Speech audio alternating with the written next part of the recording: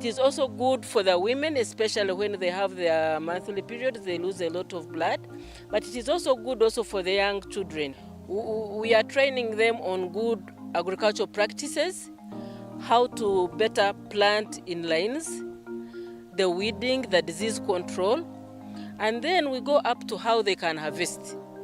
Now, after harvesting, we also train them how they can store so that their produce doesn't get affected by the weevils. Now, after that, we train them the qualities, the produce quality, so that they make sure that they get that quality to sell to the market and get premium price for the quality. But we also organize them, the farmers. You know, if the farmers don't have a voice, they may not bargain for better price. If they are not clustered together, they will not produce enough for the market. And people will always say there is nothing to buy. So the farmer groups, we cluster them together so that they can produce and sell to the market at good profit.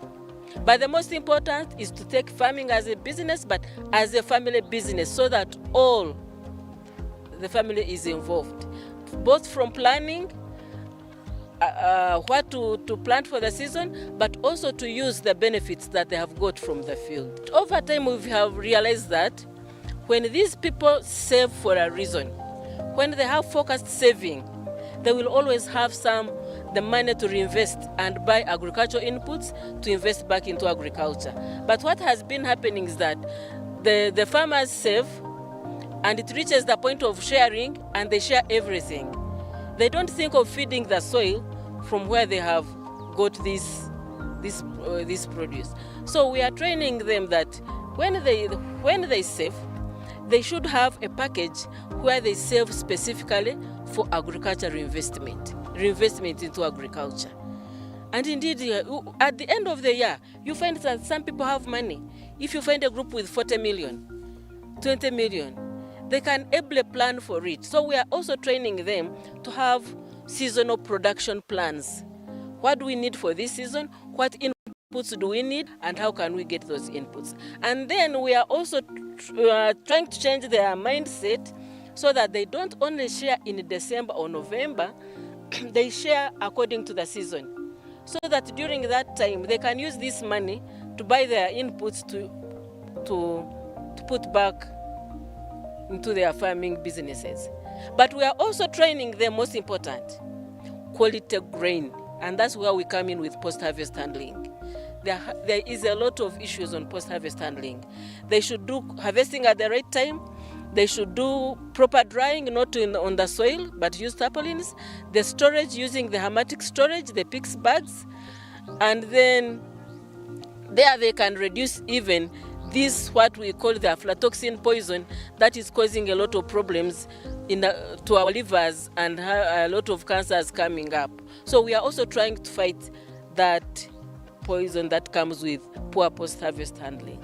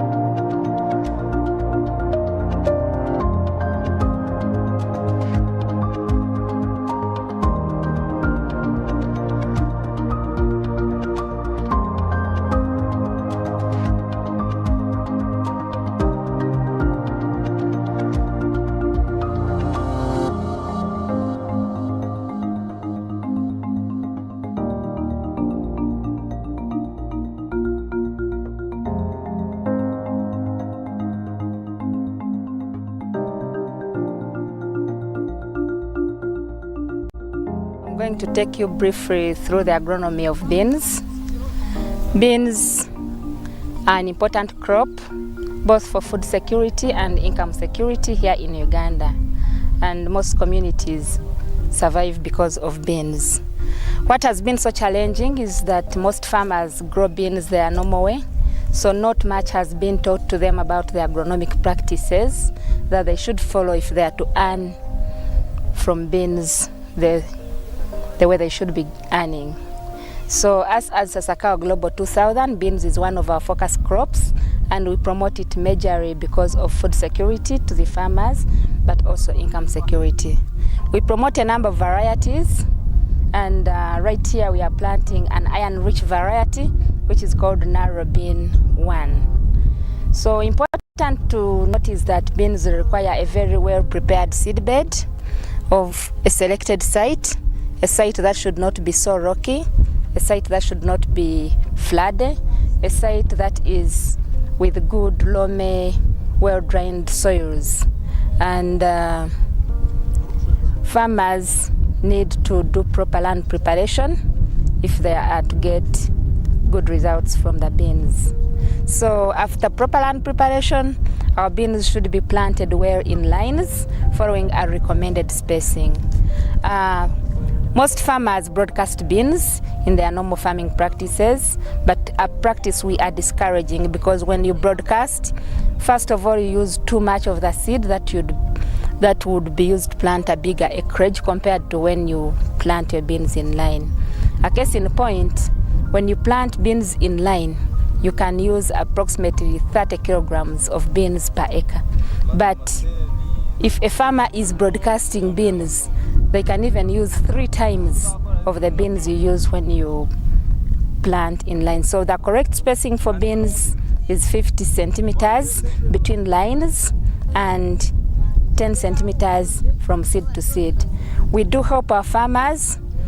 We give them simple ropes which are demarcated to make it very easy for them to know where to place the seed and where to start the line from.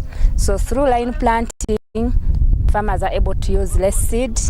Farmers are able to achieve the optimum plant population that should be within a given acreage, and it is very easy to carry out other agronomic practices like weeding, fertilizer application, spraying, and harvesting, among others. It is also important to plant in lines because there is no competition for light, for nutrients, as would be where beans are broadcasted.